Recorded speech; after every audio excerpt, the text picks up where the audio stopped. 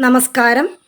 സംവിധായകനും ചലച്ചിത്ര അക്കാദമി ചെയർമാനുമായ രഞ്ജിത്തിനെതിരായ ആരോപണത്തിൽ ഉറച്ചു നിൽക്കുന്നതായി നടി ശ്രീലേഖ മിത്ര. പാലേരി മാണിക്യം സിനിമയുടെ ഓഡിഷന് വേണ്ടി വിളിച്ചിരുന്നുവെന്നും കഥാപാത്രത്തിന് ചേരാത്തതിനാൽ മടക്കി അയച്ചുവെന്നുമുള്ള രഞ്ജിത്തിന്റെ വാദം നടി തള്ളി. കേരളത്തിൽ വന്നത് സിനിമ ഓഡിഷന് വേണ്ടിയായിരുന്നില്ലെന്നും ചിത്രത്തിൽ അഭിനയിക്കാൻ തന്നെയാണ് തന്നെ ക്ഷണിച്ചിരുന്നതെന്നും ശ്രീലേഖ ആരോപണത്തിൽ ഉറച്ചു നിൽക്കുകയാണ് നടി. പക്ഷേ പരാതി നൽകാനും നടപടികൾക്കുമായി കേരളത്തിലേക്ക് വരാനാകില്ല. ഞാൻ ജോലി ചെയ്യുന്നത് ബംഗാളിലാണ്. ആരെങ്കിലും പിന്തുണയ്ക്കാൻ തയ്യാറായാൽ പരാതിയുമായി മുന്നോട്ടു പോകും.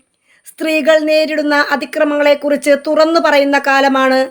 മമതാ ബാനർജി സർക്കാരിനെതിരെ അടക്കം ശക്തമായ ശബ്ദമുയർത്തിയ വ്യക്തിയാണ് ഞാൻ. ഒരു ജനാധിപത്യ രാജ്യത്താണ് ജീവിക്കുന്നത്. എനിക്കുണ്ടായ മോശം അനുഭവം തുറന്നു പറയാനുള്ള അവകാശം എനിക്കുണ്ട്. സ്ത്രീകൾക്ക് വേണ്ടി ചെയ്യാൻ കഴിയുന്നതെല്ലാം ചെയ്യും. രഞ്ജിത്ത് ചലച്ചിത്ര അക്കാദമി ചെയർമാൻ സ്ഥാനത്ത് നിന്നും രാജിവെക്കണമെന്ന് ഞാൻ പറയുന്നില്ല.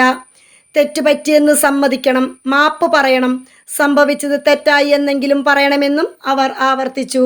News desk മലയാളാക്ഷരം.